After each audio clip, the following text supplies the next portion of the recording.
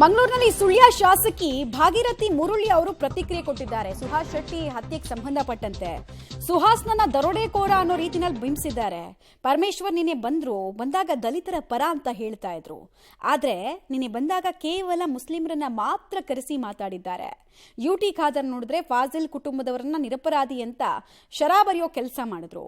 UT Khader ಅವರ ನಡೆ ನೋಡ್ತಾ ಇದ್ರೆ ಅವ್ರ ಮೇಲೇನೆ ತನಿಖೆ ಆಗಬೇಕು ಅಂತ ಆಗ್ರಹಿಸಿದ್ದಾರೆ.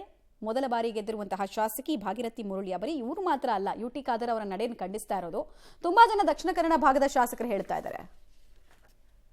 ಪರಮೇಶ್ವರ್ ಅವರು ಬಂದಿದ್ರು, ಗೃಹ ಸಚಿವರು, ಅವರು ದಲಿತರ ಪರವಾಗಿರುವವರು ಅಂತ ಹೇಳ್ಕೊಂಡಿದ್ರು. ನಾನು SC ಅಂತ ಹೇಳ್ತಿದ್ರು. ನಿನ್ನೆ ಬಂದು ಈ ಒಂದು ಜಿಲ್ಲೆಗೆ ಬಂದು ಪತ್ರಿಕಾಗೋಷ್ಠಿಯನ್ನು ಮಾಡಿಕೊಂಡು ಹೋಗಿದ್ದಾರೆ. ಆ ಸಂದರ್ಭದಲ್ಲಿ ನಾನು ಒಬ್ಬ ಮಹಿಳೆ ಶಾಸಕಿಯಾಗಿ ಸುಳ್ಯ ವಿಧಾನಸಭಾ ಕ್ಷೇತ್ರದಿಂದ ಆಯ್ಕೆಯಾದ, ಮೀಸಲು ಕ್ಷೇತ್ರದಿಂದ ಆಯ್ಕೆಯಾದಂಥ ಮಹಿಳೆ ಇರುವಾಗ ನನ್ನನ್ನಾದರೂ ಒಂದು ಕರೆಸಿ ಅವರ ಜೊತೆಗೆ ಒಂದು ನನ್ನಲ್ಲಿ ಮಾತುಕತೆಗೆ ಕರಿಬೋದಿತ್ತು. ಬರೀ ಒಂದು ಮುಸ್ಲಿಂ ಸಮುದಾಯದರೊಟ್ಟಿಗೆ ಮಾತ್ರ ಮಾತುಕತೆ ಮಾಡಿ ಹೋದದ್ದು ಇದು ಇಡೀ ಒಂದು ನಮ್ಮ ಸಮಾಜಕ್ಕೆ ಒಂದು ಕೆಟ್ಟ ಸುದ್ದಿಯನ್ನು ಒಂದು ಹಬ್ಬಿಸುವಂಥದ್ದಾಗಿದೆ. ಯಾಕಂತ ಹೇಳಿದರೆ ಅವರು ಒಬ್ಬರು ಗಣ ಸರ್ಕಾರದ ನಾಯಕ. ನಾವು ಹೇಳ್ತಾ ಇದ್ವಿ ನಿಮಗೆ, ಕೇವಲ ಭಾಗೀರಥಿ ಮುರುಳಿಯ ಮಾತ್ರ ಅಲ್ಲ, ದಕ್ಷಿಣ ಕನ್ನಡ ಭಾಗದ ಬಹುತೇಕ ಬಿಜೆಪಿ ಶಾಸಕರದ್ದು ಒಂದು ಆರೋಪ ಇದೆ ಯುಟಿ ಖಾದರ್ ಮೇಲೆ. ಅವ್ರು ನಡ್ಕೊಳ್ಳೋದ್ ರೀತಿ ಮುಂದೆ ಒಂದು ರೀತಿ ಇರುತ್ತೆ, ಹಿಂದೆ ಇನ್ನೇನೋ ರೀತಿನಲ್ಲಿ ಆಲೋಚನೆ ಅಂತೆಲ್ಲ ಮಾತಾಡ್ತಾ ಇದ್ರು.